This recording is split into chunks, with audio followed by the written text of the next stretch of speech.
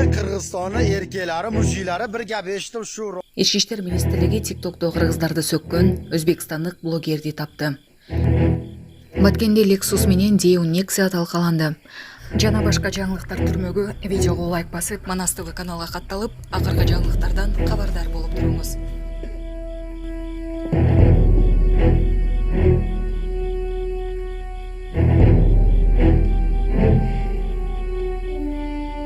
Баткен шаарында кырсыктан жабыркагандардын арасында аскер кызматкери да бар. Бул тууралуу Турмуш басылмасынын кабарчысына Коргоо министрлигинин басма сөз кызматы билдирди.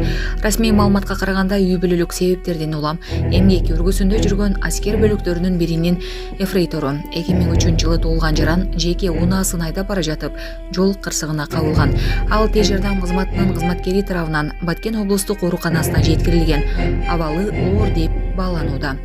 Буга чейин маалым болгондой 2023-жылдын 24-август күнү саат 14:30 чамасында Баткен шаарынын Курманжанатка көчөсүндө 2004-жылы туулган жаран Lexus 350 үлгүсүндөгү унаас менен батыштан чыгышты карай бара жатып, ошол эле багытта бара жаткан Deo Nexia үлгүсүндөгү унаа менен кагышкан.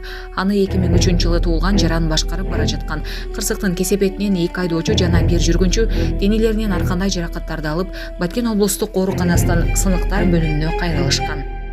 Булак турмуш кежи. Ички иштер министрлиги ТикТокто кыргыздарды сөккөн өзбекстандык блогерди тапты. Кечээ 24-августта ТикТокто Кумышлай Сак баракчасынын автору видео кайрылуу жасап, ТикТокто көп убакыттан бери кыргыз элине акарат келтирип, түрдүү постторду жарыялап жүргөн өзбекстандык блогерге наразычылыгын билдирген. Анын айтымында, Yolgos Yuraki аттуу баракчанын автору өзбек тилинде кыргызстандыктарды ооз калгыс сөздөр менен жамандап, ушул жол менен катталуучу чогултуп келген.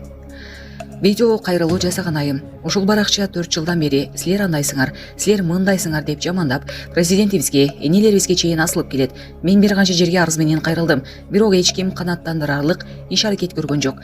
Өзбекстандын президентине кайрылам, ушул баланы бизге берсин, же камасын, же болбосо тили кесилсин деген ал. Ал ошондой эле кыргызстандык блогерлерди президенттик администрациянын алдына келип, наразычылык акциясын өткөрүүгө чакырган. Өзбекстандык блогер бүгүн 25-августта Ички иштер министрлиги аталган факты боюнча иликтөө иштерин жүргүзгөнүн билдирди. Мекеменин маалыматына караганда, укук коргооргандары видео кайрылуу жасаган айымды таап, аны менен байланышка чыккан. Ошондой эле ыкчам иликтөө иш аракеттеринин натыйжасында блогердин да өздүгү аныкталганы белгиленди. Ал 28 жаштагы Өзбекстандын жараны болгон.